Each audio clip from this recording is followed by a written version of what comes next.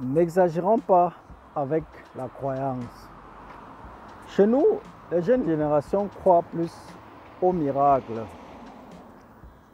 Tu sais, en réalité, croire, ce n'est pas mauvais. Mais la question aussi, croire en quoi ou en qui? Jusqu'ici, tu as réalisé, tu as eu des succès grâce à tes actions.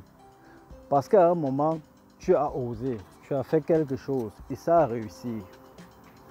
Tu as aussi eu les échecs. Pourquoi les échecs?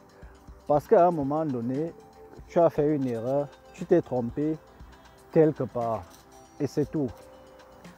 À quel moment celui qui prétend tout donner a intervenu, t'a soutenu? À quel moment tu as eu un coup de pouce de Jésus, si je peux dire ça ainsi? En aucun moment. D'aucuns te diront, son temps n'est pas encore arrivé. Ok, Jésus reviendra. Quand? À quel moment? Sera-t-il à l'heure? Aujourd'hui, on parle de la croissance qui prend de plus en plus de l'ampleur et que beaucoup de jeunes, au lieu de travailler, préfèrent attendre, prier pour un lendemain meilleur.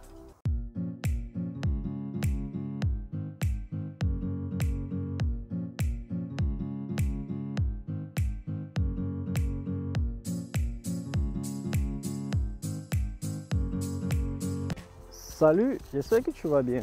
Moi, c'est Vitri Stafokam. Ici, on parle de ton développement et celui de ton peuple. Si tu es nouveau sur la chaîne, abonne-toi et active la cloche de notification pour les prochaines vidéos. Comme je disais à l'introduction, aujourd'hui, on parle d'un thème qui dérange beaucoup. Parce que beaucoup sont prêts à te faire les problèmes si tu ne partages pas ses idées, sa religion, disons ça simplement ainsi. Il risque de te faire du mal juste parce que tu as mal parlé de son Dieu, je ne sais pas, de son Jésus, je ne sais pas de quelle croyance il est. Sinon, ce que je vais dire, c'est, comme je dis à l'introduction, croire, ce n'est pas mauvais, mais il faut juste savoir à qui ou en qui croire. C'est ça le véritable problème. Parce que croire en soi, tu es ton Dieu, tu es ton Jésus, tu es ton tout. Ton succès, ton progrès, ton je ne sais quoi dépend de tes actions. Rien d'autre, de rien d'autre. Parce qu'on a tendance à croire qu'il faut faire la prière et là les choses vont s'améliorer ou bien les choses iront dans le bon sens. Et si on taxait la croyance? J'ai pensé à un moment que si on taxait la croyance et que les gens croient vraiment du fond de leur cœur, ils seront donc prêts à dépenser pour défendre leur croyance. Pourquoi je dis taxer la croyance? Ici en Europe, du moins pour l'Allemagne, quand les jeunes arrivent, les jeunes Africains arrivent, pour s'enregistrer à la commune, on leur demande de quelle religion, autant pour moi, ils étaient. Avec le sourire, ils disent catholique. Ça, c'est un exemple. C'est noté. Ok. Le temps passe. Quand ce jeune trouve le travail, il travaille, l'argent commence à passer, il a un salaire. Il se rend compte que sur son salaire, on coupe les impôts parce qu'il est catholique. Voilà où les problèmes commencent. Pour beaucoup de jeunes, bref, la plupart ne veulent pas payer et rentrent à la commune niés à cette croyance. Ils disent qu'ils ne sont plus chrétiens juste parce qu'il faut payer. Ils doivent payer les impôts à l'église. Et je crois pour ma part, si j'avais ce pouvoir, je devais taxer les églises et du coup beaucoup ne seront pas capables de croire. Parce que chez nous, elle est gratuite et tout le monde peut croire. Tu vois donc avec moi que la croyance ne devrait pas être gratuite. Ici, par exemple, en Allemagne, la croyance, du moins l'église, ce n'est pas pour la jeune génération. C'est pour les personnes âgées, c'est pour les enfants. Pourquoi? Je veux dire les enfants mineurs. Pourquoi? Parce que c'est un endroit où les personnes âgées trouvent un peu les gens avec qui dialoguer. Parce que généralement, quand on vieillit, on se sent aussi seul. Les enfants, pourquoi?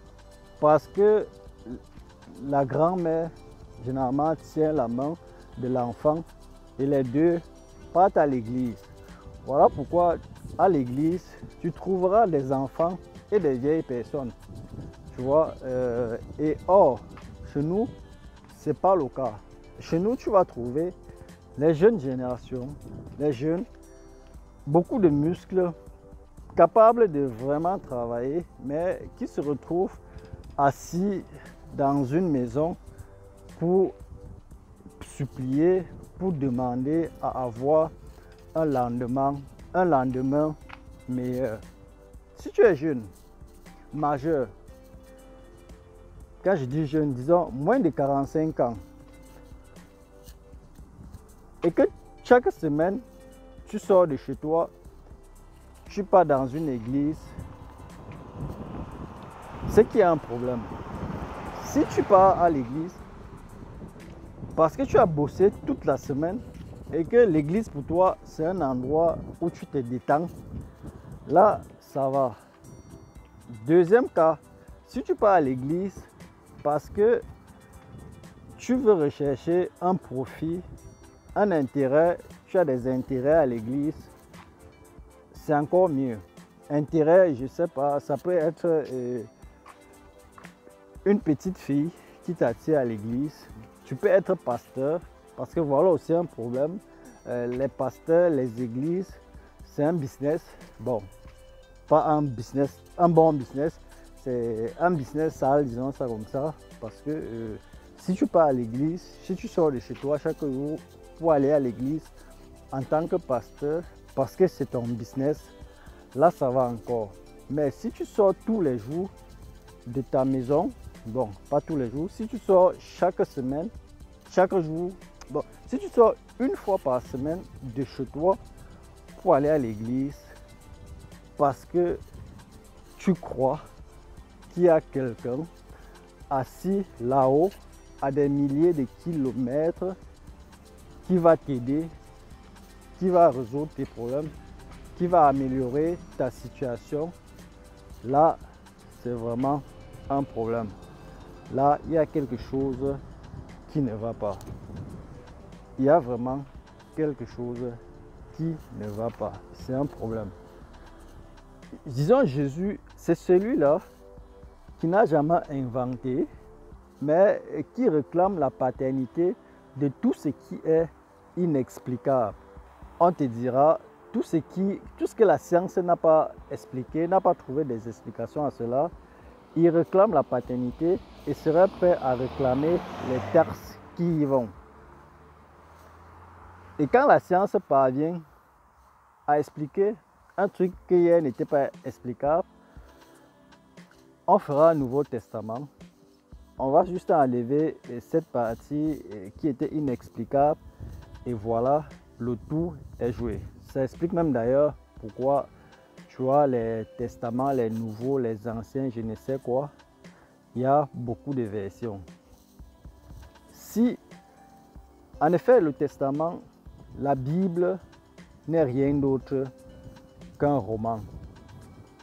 Si tu prends le temps de lire la Bible, juste pour savoir ce qu'il y a à l'intérieur, comme d'ailleurs tout autre roman, là c'est bien. Mais si tu lis la Bible parce que le cœur, tu te dis, il faut prier pour que quelque chose change, là tu vas prier des milliers et des milliers d'années. Rien ne va changer parce que on dit, il va intervenir. Il va intervenir quand? Est-ce qu'il sera à l'heure? S'il arrive en retard, qu'aurais-tu fait que d'attendre quelque chose qui ne se passera jamais? En réalité, si j'étais en face de celui qui a écrit la Bible, je dirais ceci. Mes respects, ton roman a séduit beaucoup de gens. Parce que cette histoire de Bible, beaucoup misent trop là-dessus. Et pourtant, ce n'est qu'un roman. Ce n'est qu'un bouquin. Arrêtons de croire, arrêtons de faire de la religion notre priorité. Même ceux-là qui sont venus avec cette religion, tu ne verras pas ces jeunes, je parle des jeunes européens, aller s'asseoir un dimanche pour dire qu'ils prient je ne sais qui. J'espère que ma vidéo a été intéressante. Même si elle n'est pas intéressante, je sais déjà que ça c'est un thème qui ne fait pas que des amis, me fera aussi beaucoup d'ennemis. Sinon, la croyance, crois en toi, crois en tes capacités. Seul toi, ta personne, tu peux changer tes conditions, tu peux changer le cours de vie, tu peux changer ta vie. Personne d'autre, aucune prière, aucune pensée, aucune religion ne viendra faire à ta place. Battons-nous, oublions cette histoire de religion, croyons en nos forces pour réaliser, pour atteindre nos objectifs. Merci de m'avoir suivi une fois de plus. Porte-toi bien. Si tu n'es pas encore abonné sur la chaîne, fais-le. Merci encore. Porte-toi bien et à dimanche prochain. Ciao.